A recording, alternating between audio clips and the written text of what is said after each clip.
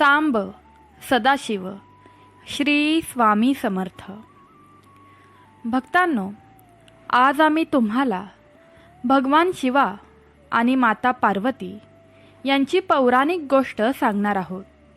असे म्हणतात की भगवान भोलेनाथ आणि माता पार्वती यांची ही पवित्र कथा खऱ्या मनाने ऐकल्यास इच्छित फळ मिळते. ही पवित्र कथा श्रवण करणाऱ्या लोकांच्या सर्व मनोकामना पूर्ण होतात. तर प्रेमळ भक्तांनो, भगवान भोलेनाथ आणि माता पार्वतीजी यांची पवित्र आणि अत्यंत दुर्मिळ कथा सुरू करूया. भक्तांनो, जर तुम्ही ही पवित्र कथा ऐकत असाल तर तुम्हाला ही पवित्र कथा सुरुवातीपासून शेवटपर्यंत पूर्णपणे ऐकावी लागेल. त्यामुळे ही कथा अर्धवट सोडण्याची चूक करू नका, कारण अपूर्ण कथा ऐकल्याने पूर्ण फळ मिळत नाही. भक्तांनो, महादेवांचा आशीर्वाद प्राप्त करण्यासाठी कमेंट बॉक्समध्ये हर हर महादेव लिहा आणि हा व्हिडिओ आत्ताच लाईक करून ठेवा. भक्तांनो, एकेकाळी एका शहरात एक श्रीमंत व्यापारी राहत होता. ते भगवान भोलेनाथजींचे परमभक्त होते. रोज पहाटे उठून रोजचे काम करून त्या व्यावसायिकाने भगवान भोलेनाथाची पूजा केल्याशिवाय पाणीही प्यायले नाही. त्यांचा एक छोटासा व्यवसाय होता जो खूप चांगला चालत होता. त्यामुळे तो व्यवसायात अतिशय दयाळू होता. तो गरीब आणि असह्य लोकांच्या सेवेसाठी सदैव तत्पर असायचा. असेच दिवस जात होते, पण व्यापाऱ्याची पत्नी त्याच्या या सवयीमुळे त्याच्यावर खूप रागावली होती. पण त्याची भगवान भोलेनाथजीबद्दलची भक्ती पाहून त्या व्यापाऱ्याची पत्नी त्याच्यावर खूप प्रेम देखील करत होती. त्यामुळे तिने त्याचा कधीही अपमान केला नाही. ती तिच्या शेजारी मजूर म्हणून काम करून तिच्या गरजांसाठी पैसे कमवत असे. त्यामुळे तिच्या संपूर्ण कुटुंबाचा उदरनिर्वाह चालत असे. पण एक दिवस अशी वेळ येते की त्याला अचानक त्याच्या व्यवसायात तोटा होऊ लागतो. भयंकर गरिबीला सामोरे जावे लागते, ज्यामुळे व्यापारी खूप दुःखी होऊ लागतो. कारण आता तो त्याच्या घरासाठी आवश्यक वस्तू देखील पुरवू शकत नव्हता. त्यामुळे त्याच्या पत्नीलाही खूप वाईट वाटू लागले होते. मग दिवस असेच जात होते आणि श्रावण महिना आला. त्या शहरात एक नदी होती. आता व्यापारी रोज व्यवसाय करून त्या नदीकडे जात होते. तेव्हा योगायोगाने भगवान भोलेनाथजी आणि माता पार्वतीजी एकाच मार्गाने कुठेतरी जात होते. मग अचानक पार्वती त्या व्यावसायिकाला म्हणतात. आज त्या व्यावसायिकाला श्रावण सोमवारच्या व्रताबद्दल अजिबात आनंद वाटत नव्हता, जितका त्याला पूर्वी वाटत असायचा. पण माता पार्वतीला हे समजायला वेळ लागला नाही की व्यापारी इतका दुःखी का झाला आहे. तेव्हा माता पार्वतीजींनी भगवान भोलेनाथजींना म्हणतात, हे देवा, हा व्यापारी रोज तुझी पूजा करतो आणि श्रावणाच्या सोमवारी शिवलिंगावर दूधही अर्पण करतो. हा तर तुझा खरा भक्त आहे. तरीही तुला तुझ्या या भक्ताची अजिबात पर्वा नाही.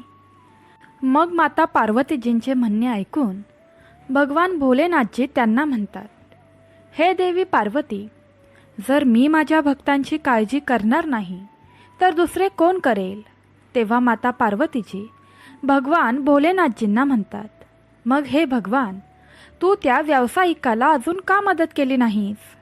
तेव्हा भगवान भोलेनाथजी माता पार्वतीला म्हणतात, हे देवी पार्वती, तू निश्चिंत राहा.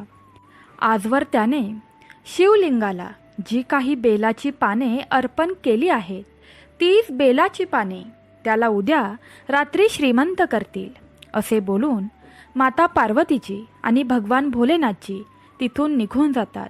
पण त्या मार्गाने येताना झाडामागे लपलेल्या एका चोराने भगवान भोलेनाथ आणि माता पार्वती यांचे सर्व संभाषण ऐकले होते. त्या चोराच्या मनात विचार आला की ती शिवलिंगावर चढवलेल्या बेलाच्या पानांमुळे तो व्यापारी धनवान बनू शकतो, तर मी देखील नक्कीच धनवान बनू शकतो. पण त्याच वाटेने महादेवांना येताना पाहून तो चोर झाडामागे लपला. लगेचच तो चोर त्या व्यापाऱ्याच्या घराबाहेर जातो आणि घराचा दरवाजा वाजवायला सुरुवात करतो. तेव्हा तो व्यापारी आणि त्याची पत्नी बाहेर येतात आणि त्या चोराला विचारतात, काय झालं. तुम्ही आमचा दरवाजा काच वाजवत आहात? तेव्हा चोर म्हणतो, दादा, तुम्ही शिवलिंगावर आत्तापर्यंत चढवलेली बेलाची पानं तुम्ही मला देऊ शकता का? त्या बदल्यात मी तुम्हाला 200 सुवर्ण मुद्रा देईन.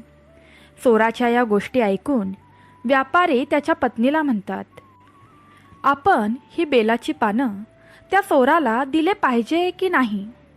तेव्हा व्यापाऱ्याची पत्नी म्हणते की हे नाथ, पुण्याचे दान कोणालाही देणे चुकीचे आहे, पण जर तुमचे मन हे मानत असेल तर नक्कीच तुम्ही त्या व्यक्तीला ही बेलाची पानं देऊन टाका, कारण आता सध्या तरी आपल्याला धनाची आवश्यकता आहे. त्यामुळे आपल्याला या व्यक्तीला ही बेलाची पानं दिलीच पाहिजे. आणि मग त्या व्यापाऱ्याने त्या चोराला सर्व बेलाची पानं गोळा करून देऊन टाकली. मग तो महादेवांच्या मंदिरात जाऊन व्यापाऱ्याने दिलेली बेलाची पानं शिवलिंगावर पुन्हा चढवायला चालू करू लागला आणि प्रतीक्षा करू लागला की महादेव आता चमत्कार कधी करतील. तो बोलू लागला की भोलेनाथ, तुम्ही कधी माझ्यावर कृपा करणार आणि मी कधी धनवान होणार? तो हीच प्रतीक्षा करत दुपारपासून रात्रीपर्यंत वाट बघत थांबतो. दुपारची रात्र झालेली असते तरीही चमत्कार काही होत नसतो. तो समोर अजूनही महादेवांच्या चमत्काराची वाट बघत बसलेला असतो. प्रतीक्षा करत करत शेवटी मध्यरात्र होते आणि आता प्रतीक्षा करणं तो थांबवतो, कारण तो खूप क्रोधित झालेला असतो. शेवटी रागाने तो शिवलिंगावरील सर्व बेलाची पाने रागाने काढायला सुरुवात करतो आणि अचानक त्या क्षणी चमत्कार होतो आणि त्याचे हात शिवलिंगालाच चिटकून बसतात. त्याने शिवलिंगावरून आपले हात निघण्यासाठी खूप प्रयत्न केले, पण कितीही प्रयत्न करून त्याचे हात शिवलिंगावरून निघतच नव्हते. शेवटी त्या चोराने भगवान भोलेनाथांची क्षमा मागितली आणि अचानक साक्षात देवांचे देव महादेव तिथे प्रकट झाले आणि चोर आश्चर्यचकित होऊन महादेवांना प्रणाम करतो आणि म्हणतो, भगवंता, हे काय झाले? तेव्हा महादेव म्हणतात, हे लालची मनुष्या, सर्वात पहिले तू आज ज्या व्यापाराकडून ही बेलाची पाने खरेदी केली आहेस त्याला पहिले 5000 सुवर्ण मुद्रा दे. तेव्हाच तुझे हात या शिवलिंगावरून सुटले जातील. दुसऱ्याच दिवशी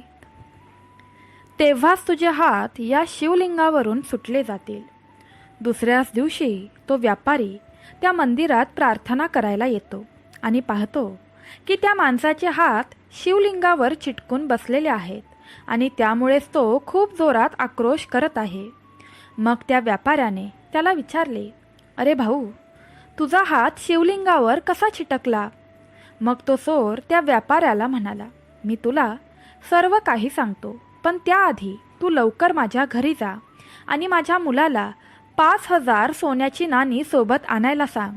मग व्यापारी आणि त्याचा मुलगा भगवान भोलेनाथजींच्या मंदिरात पोहोचतात. त्यानंतर त्या चोराने त्याच्या मुलाला 5000 सुवर्ण मुद्रा त्या व्यापाऱ्याला द्यायला सांगितल्या. त्या चोराचा मुलगा त्याची गोष्ट मान्य करतो आणि त्या व्यापाऱ्याला 5000 सुवर्ण मुद्रा देऊन टाकतो आणि अचानक त्या व्यक्तीचे हात शिवलिंगावरून निघतात आणि शेवटी तो चोर व्यापाऱ्याला सर्व घडलेली गोष्ट सांगतो. हे सर्व दृश्य पाहून माता पार्वती भगवान भोलेनाथांना म्हणते, हे प्रभू, तुम्ही तुमच्या भक्ताला म्हणजे त्या व्यापाऱ्याला अजूनपर्यंत कोणतेही धन दिले नाहीत.